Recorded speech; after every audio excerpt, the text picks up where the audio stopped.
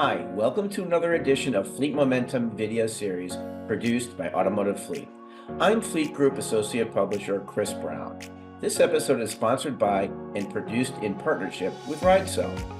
I connect with AJ Trivedi, CEO and founder of Ridecell. We talk fleet trends and AI and automation, but we go beyond the buzzwords to understand the AI and automation tools that are being developed to make fleets more productive and efficient.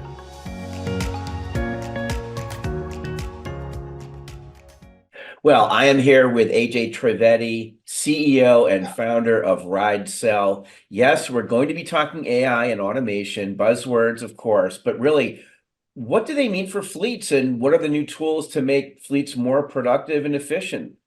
Hey, let's dig into the topic. AJ, welcome.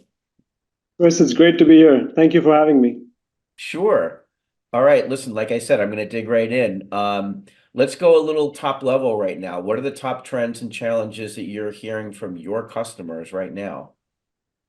Great question. From where we sit, fleets are definitely the future of mobility, as they say. But things have gotten challenging for fleets over the last few years. With COVID, with the supply delays and constraints, there were some problems that were thankfully temporary. But as we look to the future, EVs and the all of the operational challenges around electric vehicles and the volatility of the residual and resale value have made things harder for fleets. There's a lot of technology. There's data coming from the vehicles, there's software in each department, but tying it all together in a way that actually reduces work has not yet happened as much as people want. And when you put together all of the changes that are happening, the leasing companies are seeing a lot of demand, but they're struggling to be able to manage all of these and serve customers in a way that is more seamless. And the end fleets, are wondering why they cannot, get the visibility that they get for a $30 Amazon package on a $30,000 car. And so these things are the things that Ridecell is focused on helping solve. And with the advent of AI, particularly over the last 18 months, in a step change, and the work we have done over the last decade, we are able to make a meaningful difference. So I'm excited to talk about it. Yeah, for sure. Well, let's just look back at 10 years from now. It seems like a millennium ago, actually, right, compared to now. How has the business of fleet changed since then, in your eyes? Great question. I think fleets have never been easy. It's always been a hands-on business that has, required a lot of expertise, a lot of work. But if 10 years ago, the business was relatively much simpler. There was only one kind, almost the entirety of our fleets were, ICE vehicles.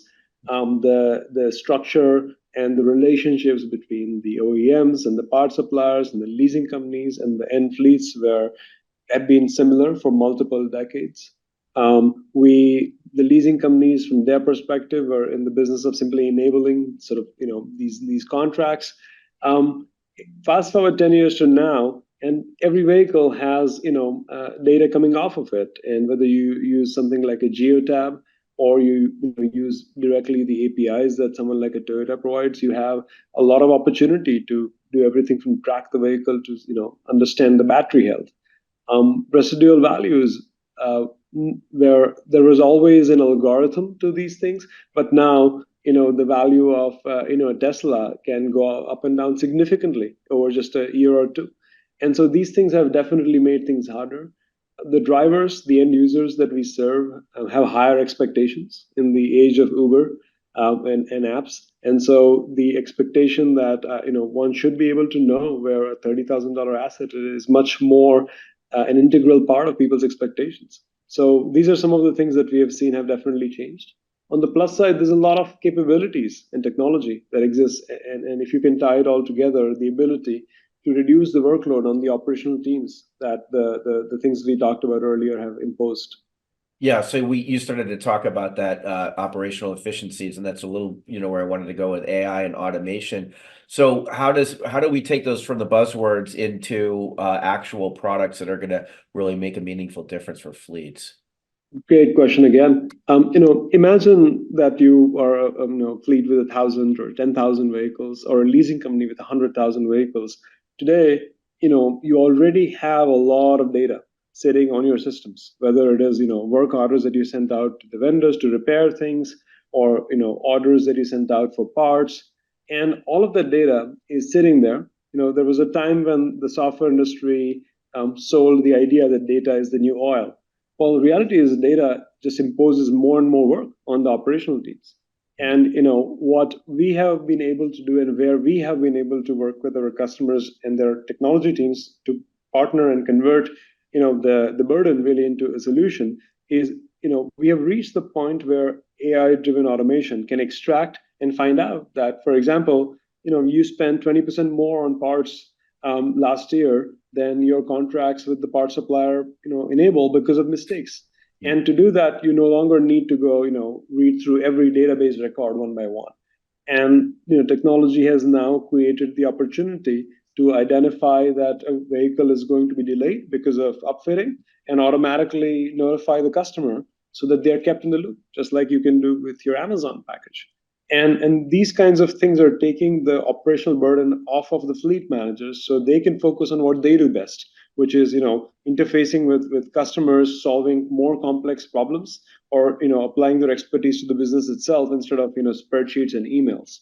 Yeah, and you touched on residual values, and if I may circle back around on that, there's a couple three ways that these new tools can, particularly in the EV space, where we're thinking that residual values aren't doing so well right now. How can that help? In that sense. When you think about residual values, there's now a lot more data available on the vehicles themselves, but as you alluded, there's also a lot more volatility. Now, thanks to developments over the last decade or so, we now have potentially more channels. Depending on the fleet, and or the leasing company, you have the ability to sell these assets at auction. You have the ability to sell these, sort of individually. In some cases, for the owner, the person leasing it to buy it. And the interesting thing is there are more channels, but that also means that there is the need to make a more automated real-time decision. Do you keep this asset or do you sell it? And there's the need to do this on a more continuous basis. Used to be that you had to make the decision only once at the end of 3 or 4 years when you were approaching the end of the lease. Now you've got to keep an automated eye on this and be able to decide very quickly. And so it is in this area that we are seeing the most value, using technology, AI, to be able to use more data, run the decision-making process much more frequently. And then if you're selling a vehicle to somebody who is 1,000 miles away, you've got to factor in the cost of transportation. And so how do you optimize not just for the cost of the sale, but the profit from the sale? When you factor all these things in, it's a decision that is much easier to make with technology and AI. That's an example of how we are able to help our customers, both in Europe and in North America, with these kinds of problems. Sure. I'll grab you a few. Two more quick questions. We're talking about the OEMs as well. They are really adapting to the new market realities. In what ways are they changing? The OEMs are changing in multiple ways. When you think about being better partners for fleets or leasing companies, the OEMs are much further along than they were a few years ago on being able to provide real data from vehicles. And the data is now usable thanks to platforms like Ridecell, like Geotab, to be able to be used in operations. Two, with the advent of leasing, particularly in Europe and increasingly in North America with light vehicles as well, the OEMs are taking some steps towards becoming more integrated themselves. America is, of course, a very, very different market than a New Zealand or France, where OEMs have moved to a more agency model. But in the US, we are seeing Toyota partner with dealers, or Ford partner with both dealers and fleets to create better solutions for fleets. And I think this kind of movement is necessary because when you look at electric vehicles, they're actually much harder to use operationally.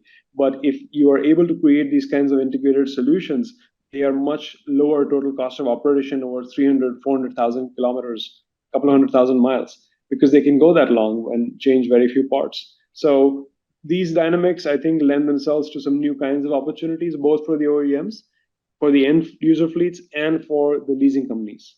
Sure. Well, okay, last question. Where does Ridecell fit in all this? How does Ridecell offer fleets, what's the fundamental business approach in economics for fleets in Ridecell? Thank you for asking that. Look, we've worked for over a decade, at Ridecell on, helping our customers move the world better.